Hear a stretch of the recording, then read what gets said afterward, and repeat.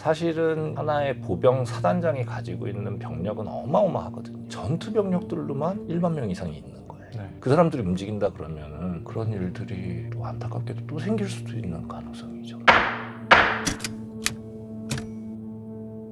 형사 전문 해결사 TV 이정식 변호사입니다. 안녕하십니까 변호사님. 저는 우리 형사 전문 해결사 TV를 도와주려고 MC로 나온 고민 해결해준 남자 고해남 채널 운영하고 있는 고해남입니다. 감사합니다. 네, 제 ROTC 선배님이시고 제가 존경하는 선배님입니다. 제가 되게 좋아하는 후배입니다. 네, 둘 다 보병 소대장 출신이거든요. 네. 서울의 봄 어떻게 보셨나요? 서울의 봄 사실은 그렇게 보고 싶진 않았는데 네가 보라 그래서 아, 네. 서울의 봄 재밌게 봤습니다. 영화가 사실은 너무 잘 만든 영화인데 개인적으로 이게 그렇게 유쾌한 영화는 아니더라고요. 예, 좀 무거운 영화였습니다. 12.12 사태는 왜 일어난 걸까요?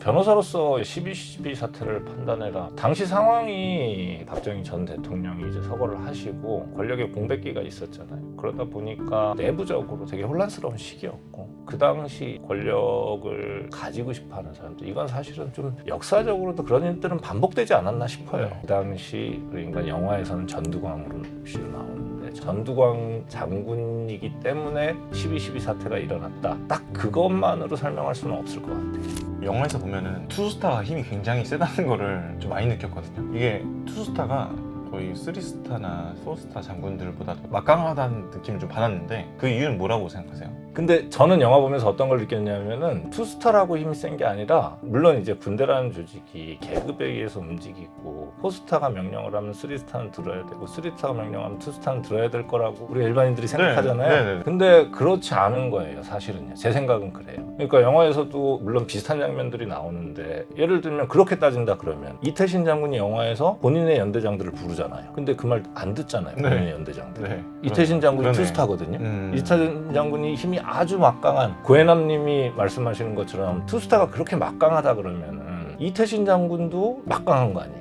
그래서 그러네요. 육군 대령들인 연대장들을 불렀는데 안 오잖아요. 왜냐? 하나였으니까. 그러니까 그 전두광이라는 인물 자체가 투스타여서 힘이 셌던 건 아니고 여러 가지 이유가 있는 거죠. 그 사람이 권력의 핵심 정보들을 가지고 있는 보안 사령관이었기 때문도 있는 거고 하나의 수장과 같은 존재였기 때문에 그런 것도 있는 거고 그리고 또 개인적인 성향도 또 무시할 수는 없는 거고 영화에서 제가 기억에 남는 장면인데 영화 속에서 참모총장님이 수경사령관을 맡아줬으면 좋겠다. 네. 근데 이태신 장군이 뭐라 그래요? 못한다 나는. 왜 갑자기 나한테 그러시냐 이러잖아요. 거절해서 거의 삼교초려 수준으로 이제 관사에 모신 다음에 또 설득을 하잖아요. 네. 그러니까 제가 무슨 얘기를 하고 싶은 거냐면은 제 이제 개인적인 생각에는 장성급 장군이다 그러면은 서로 간에 지키는 예의들이 다 있어요.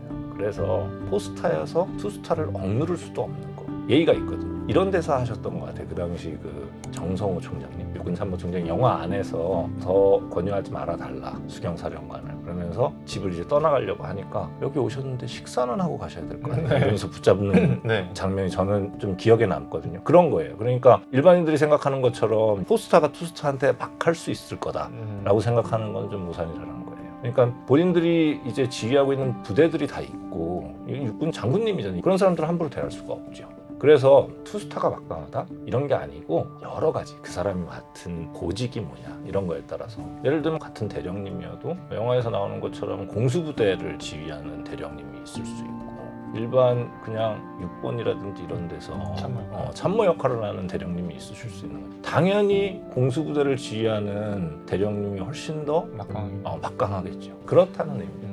근데 또 그럼에도 불구하고 공수부대를 불렀던 대령들을 섭외했던 것도 있겠지만 막판에 구사단이 내려왔거든요. 구사단의 2개의 연대가 내려오면서 힘을 더 갖추는 그런 형세가 좀 느껴졌거든요. 그 사단장의 권한이 굉장히 좀 막강하긴 한가 보네요. 굉장하죠. 사실은 제가 그 계급적인 면에서 사단장이 제일 막강한 거 아니냐 이렇게 질문하셔서 제가 그렇게 답변을 드렸는데 꼭 그런 건 아니다. 근데 사실은 실무 작전부대에서 하나의 보병 사단장이 가지고 있는 병력은 어마어마하거든요. 그리고 또 그걸 실제로 움직일 수 있는 장군님인 거예요. 이게 참모총장이라든지 합창의장님이라든지 육군본부라든지 아니면 우리 국방부에 근무하시는 그런 분들이랑은 약간 느낌이 또 다릅니다. 거기는 거기를 지키는 부대원들이 일반 전투병력들이 아니거든요. 네. 근데 보병 사단장님이다 그러면은 전투병력들로만 1만 명 이상이 있는 거예요. 네. 그 사람들을 움직여라 그래서 만약에 불복종하지만 않는다는 전제하에 네. 그 사람들이 움직인다 그러면은 그런 일들이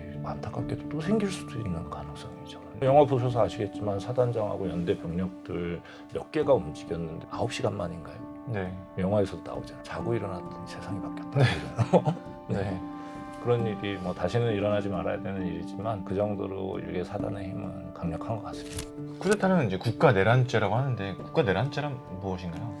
반란이죠. 쉽게 얘기하면 반란을 났을 때 이제 처벌이 되는 건데 실제로 지금까지 해당 영화에서 서울의 봄에 주연 역할을 했던 전두광 장군 같은 경우에는 그런 죄명으로 이제 재판을 받으셨죠. 사실은 1심에서 사형을 받았고요. 1심에서 감형을 받아서 무기징역이 됐어요. 무기징역이 되고 결국은 대법원까지 갔거든요. 이 사건이. 네. 대법원까지 갔는데 2심이 확정이 됐습니다. 2심이 네. 확정이 돼서 무기징역이 확정이 됐는데 나중에 이제 국민 통합 차원에서 정부에서 사면을 해줬죠. 그래서 우리나라 국민들은 그 당시 옥에 갇혔던 전 대통령 두 분을 보시다가 그다음에는 일반적으로 이제 세상에서 이렇게 살아나가시는 대통령을 보게 됐을 겁니다. 오늘 판결문은 이건 어떻게 갖고 오신 거예요? 이거 저희 컨텐츠를 위해서 갖고 오신 거예요? 이거 한번 보여주세요.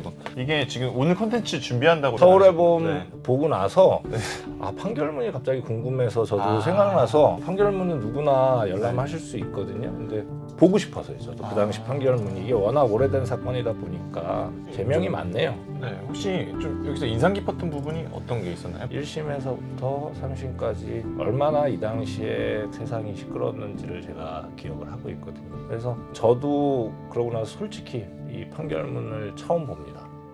이 영화를 계기로 해서 제가 봤는데 인상적이다라기보다는 이런 일들이 다시 일어나지 말아야죠. 영화에서도 그런 얘기가 나오잖아요. 서로 이제 복도에서 전두광 장군이랑 이태진 장군이 이제 마주하는 장면이었는데 거의 건달처럼 거의 깡패. 건달은 아니죠. 너무 이렇게 사람들이 몰려다니죠. 장군님들인데 몰려다니시죠. 제가 인상적이었던 건 이런 거예요. 그러니까 우리가 앞으로 지금까지는 싸웠는데 뭐 이렇게 앞으로는 좀 친하게 지내봅시다. 그 전두광 장군이 그런 얘기를 꺼내니까 무슨 소리 하는 거냐. 기억나시나요? 네네. 무슨 소리 하는 거냐. 우리는 지금도 같은 편이다. 네. 착각하지 마라. 네, 맞아요. 우리는 같은 국민을 지키는 하나의 군대에서 같이 국민을 위해서 봉사를 하고 있다. 그런 거죠. 근데 이런 가슴 아픈 일이 터지다 보니까 그 시대를 다시 돌아보면서 다시 이런 일들이 반복되지 않게 하기 위해서 여러 가지 법과 사법적 제도들이 우리나라가 이제 더 많은 준비를 할 수 있게 됐다고 저는 생각하고 실제로 그러면서 시민의식들도 훨씬 더 발전했다라고 보여지는 거고요. 지금 만약에 이런 일이 또 생긴다 그러면 우리는 자신 있잖아요. 네. 이런 일이 또 생기지는 않겠죠. 어떤 유튜브에서 보니까 지금은 쿠데타가 힘들다고 하더라고요. 일단 도로가 워낙 막힌 상황이고 두 번째로 발달된 시민의식에 정보도 지금 다 공유돼 있어서 그래서 좀 힘들다고 하더라고요 지금. 우리나라는 선진국이잖아요. 근데 아직은 대한민국보다는 발전되지 않은 나라들, 우리나라처럼 발전된 나라들이 많지는 않잖아요. 네. 근데 아직도 쿠데타가 일어나고 있고 내전들이 또 일어나는 나라들도 상당히 많고 그 과정에서 아동들의 인권이라든지 여성들의 인권이 무참하게 짓밟히는 나라들도 상당히 많거든요. 우리나라처럼 안전한 나라가 별로 없잖아요. 네. 손에 꼽을 정도입니다. 네. 그러니까 이런 일들을 통해서 우리가 그런 것들을 많이 배우면서 지금까지 성장해오고 발전해오지 않았나 합니다. 앞으로 우리 형사전문 해결사 TV에서 여러 가지 주제들, 무거운 형사 처벌이라든지 아니면 범죄라든지 이런 주제가 아니라고 하더라도 일상생활과 가까운 이야기들을 통해서 여러분들한테 좋은 방송 많이 전해드리도록 노력하겠습니다. 예, 구독과 좋아요 부탁드리겠습니다. 감사합니다.